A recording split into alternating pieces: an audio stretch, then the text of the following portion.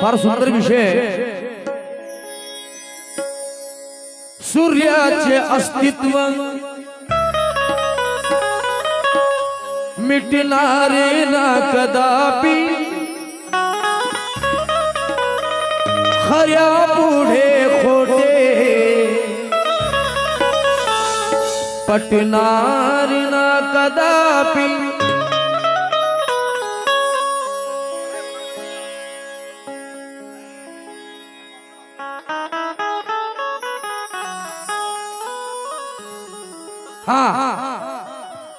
कि सूर्याचे अस्तित्व मिटणार ना कदापि, सूर्याचे अस्तित्व मिटणार ना कदापि, खऱ्या पुढे खोटे पटणार ना कदापि। अबे कातडीचा जोळा जरी केला मनोज राजा, पण उपकार बा भीमाचे फिटणार ना कदापि। उपकार बा भीमाचे फिटणार ना कदा। कारण की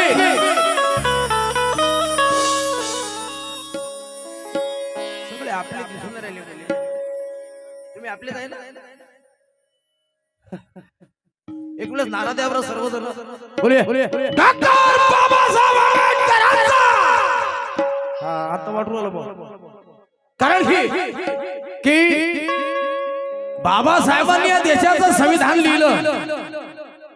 मी पहिले सांगितलं की 2 गाणे उद्या नंतर मग थोडासा आनंद घेऊ कार्यक्रमाचा, नाही क्योंकि घर आने वाले हिस्से में कल चाहिए, निर्बलों में अगर बल चाहिए तो मनोज राजा आज का वक्त ये कहता है कि हर गांव में समता सैनिक दल चाहिए। तो हर गांव में समता सैनिक दल चाहिए।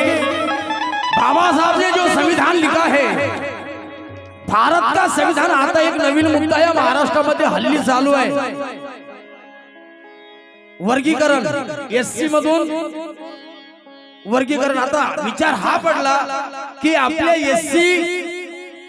एससी मध्ये एकूण 60 जाती आहे आणि आरक्षण किती आहे 13%। मग आता एकूण 60 जातीला 13% आरक्षण आहे, त्यातलं वर्गीकरण करावं तर कसं करावं हेच समजून नाही राहिलं सागर भाऊ।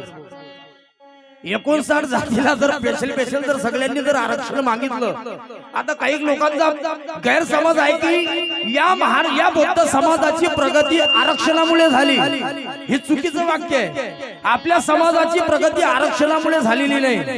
मेन गोष्ट तर हे डोक्यामधून काढून टाका की या सर्व बौद्ध समाजाची प्रगती आरक्षणामुळे झाली। नो, या समाजाची प्रगती आरक्षणामुळे झालीच नाही। आमच्या समाजाची तरक्की, आमच्या समाजाची प्रगती जर झाली असेल तर बाबासाहेब आंबेडकरांनी 14 ऑक्टोबर 1956 ला नागपूरच्या दीक्षाभूमीला आम्हाला विज्ञानवादी धम्म दिला। ते विज्ञान आम्ही स्वीकारलं आणि गाडगे महाराजांची विचारधारा आम्ही डोळ्यासमोर ठेवून आमच्या डोक्यातली अंधश्रद्धा काढून टाकली, म्हणून आमच्या समाजाची प्रगती झाली। आरक्षणामुळे आमच्या समाजाची प्रगती झाली नाही। आरक्षण फक्त नामापोट आमच्यासाठी, या समाजासाठी आहे। म्हणून तर म्हणतोय, तरी सुद्धा काही लोक बाबासाहेब आंबेडकरांना, जे लोक म्हणतात की माझा मोठा भाऊ, माझा मोठा भाऊ, माझा मोठा भाऊ, मग मोठा भाऊ तर जाग्यावर आहे, लहान भाऊ किती बाबासाहेबांनी मानते? लहान भाऊ बाबासाहेबाला किती मानते, किती बाबासाहेबांचे फोटो घरामध्ये लावते? अबे तुम्हाला लाज वाटते बाबासाहेबांचा फोटो घरामध्ये लावायचा ना आरक्षणाच्या गोष्टी करता? आरक्षण देणारा तुम्हाला जमत नाही, आरक्षण घ्यायच्या वेळेस तुम्हाला गोड गोड लागते मोठा भाऊ साहेब। म्हणून तर म्हणतोय की या देशातले बरेचसे लोक बाबासाहेब आंबेडकरांच्या फिलॉसॉफीला समजून जगलेले।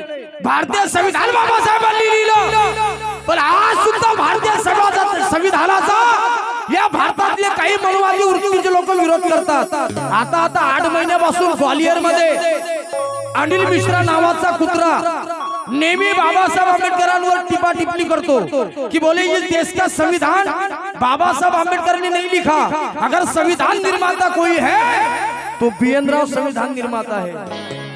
आता मला हे समजत नाही साहेब का हे नवीन कॅलेंडर आणूनच कुठून आता येईल? 75 वर्ष भारतीय संविधान लिहिण्यासाठी झाले। 75 वर्षापासून तर आजपर्यंत आपल्याला दुसरा कोणी दिसलाच नाही संविधान निर्माता। मग याने नवीन तयार केला बी.एन. राव।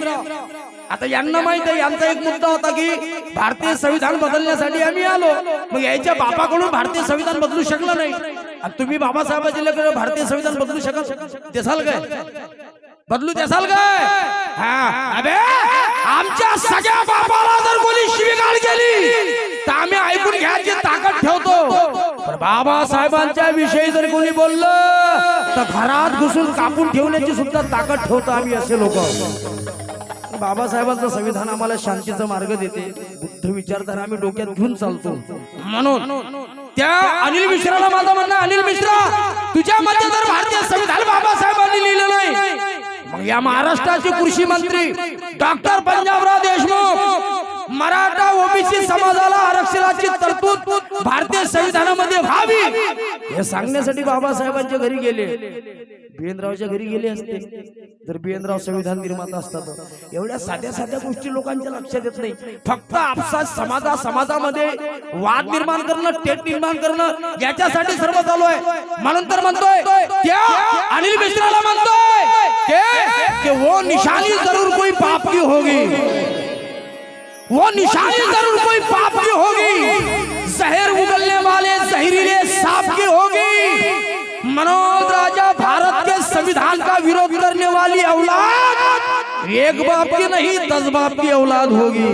वो एक बाप की नहीं, वो 10 बाप की औलाद होगी. म्हणून तर म्हणतो जो लोग कहते बाबा साहब ने संविधान ले लिखा, ऐसे लोगों के लिए दे रहा हूं क्या कि भले पग पगी पे रोता है,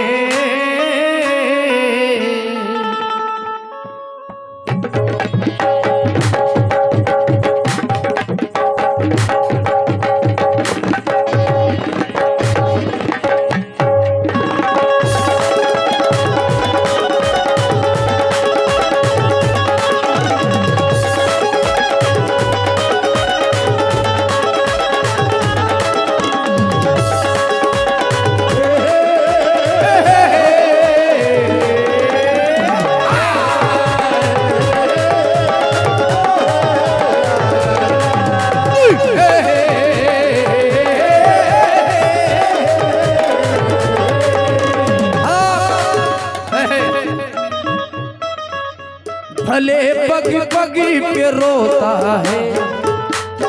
फार कष्ट घ्यायला लागले बाबासाहेबांना काका, तसं भेटलं नाही आपल्याला. हे आज जे खुर्चीवर बसलेले आहेत हे बरोबर बाबासाहेबांची पुण्य आहे, नाहीतर महार गावाच्या बहा हे आज जे खुर्चीवर बसले आहेत हे बाबासाहेबांची पुण्य आहे.